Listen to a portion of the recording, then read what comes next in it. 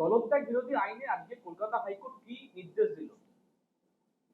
দেখুন, ভারতবর্ষে সম্ভবত প্রথমবারের জন্য ভারতের ইতিহাসে পশ্চিমবঙ্গ তো প্রথমবার ডেফিনেটলি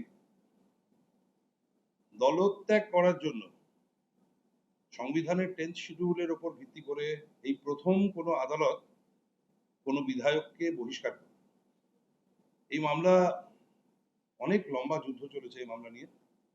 2021 সাল থেকে আমার যিনি মক্কেল, মাননীয় বিরোধী দলনেতা, উনি চেষ্টা করে এসছেন যে এই দলত্যাগ করে অন্য দল জয়েন করার জন্য মুকুল রায়ের বিরুদ্ধে যে ডিফেকশন পিটিশন উনি ফাইল করেছিলেন বিধানসভায় মাননীয় স্পিকারের কাছে, সেটি যাতে ন্যায়সঙ্গতভাবে নিষ্পত্তি হয় তার জন্য উনি বহুবার মামলা ফাইল করেছেন।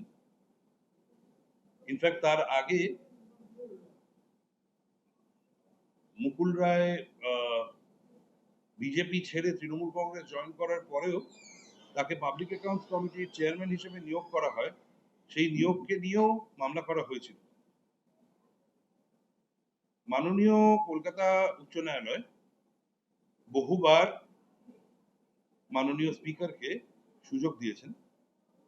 স্পিকার পদের প্রতি সম্মান রেখে এর আগে যতবার এই বিষয়ে মামলা হয়েছিল, তারা স্পিকারের আগের যে রায়, সে রায় বাতিল করে পুনরায় বিবেচনার জন্য কিছু গাইডলাইন্স, কিছু প্যারামিটার দিয়ে যে এই ক্ষেত্রে স্পিকারের অর্ডারটি ভুল, যার জন্য স্পিকারকে এই বিষয়ে পুনঃবিবেচনা করতে হবে, তাই জন্য ওনার অর্ডারকে বাতিল করে আবার স্পিকারের কাছেই পুনরায় শুনানির জন্য পাঠিয়ে দিয়েছে।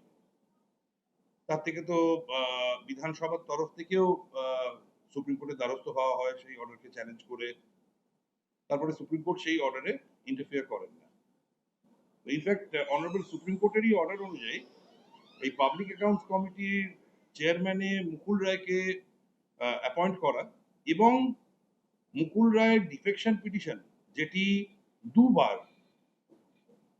মাননীয় স্পিকার বাতিল করেছিলেন যে না, মুকুল রায় ডিফেক্ট করেছে সেরকম নাকি কোনো প্রমাণ মাননীয় বিরোধী দলনেতা দিতে পারেননি, এবং আরো কিছু উনি প্রিন্সিপালস অফ ল অ্যাপ্লাই করেছিলেন আর কি মাননীয় স্পিকার ওনার অর্ডার দেওয়াতে, যে এই ল গুলো অ্যাটলিস্ট ভারতবর্ষের যে বৈধ আইনগুলি আছে তাতে সেই মতো রিফ্লেক্টেড নয়। এটাই আমাদের আর্গুমেন্ট ছিল।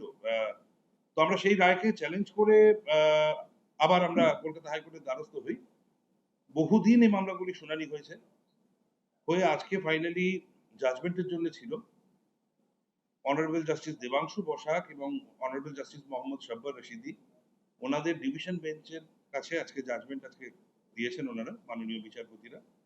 ওনারা দুটো পিটিশনই অ্যালাউ করেছেন এবং কোর্ট হোল্ড করেছে যে পাবলিক অ্যাকাউন্টস কমিটিতে মুকুল রায়কে নিয়োগ করাটি অবৈধ ছিল এবং এটি ভারতবর্ষের ইতিহাসে প্রথমবার দলত্যাগ বিরোধী আইনে মুকুল রায় দুষ্ট সেই গ্রাউন্ডে মুকুল রায়ের বিধায়ক পদ 2021 সালে উনি যখন দলত্যাগ করেছিলেন সেই সময় থেকে মাননীয় কলকাতা উচ্চ ন্যায়ালয় সাংবিধানিক পাওয়ার এক্সারসাইজ করে আজকে তাকে ডিসকোয়ালিফাই করে দিয়ে তার বিধায়ক পদকে খারিজ করে দিয়েছে বা বাতিল করে দিয়েছে।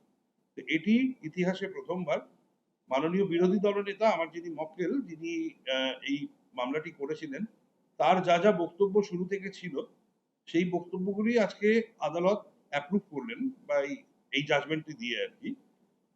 তো মোটামুটি এই একটু দেরি হলো, কিন্তু আলটিমেটলি ধর্মের জয় হয়, সত্যের জয় হয়।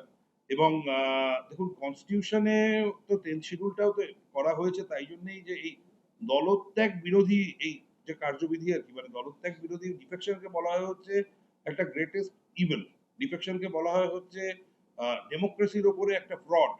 তো সেটিকে আটকাবার জন্য এই আইন আনা হয়েছিল।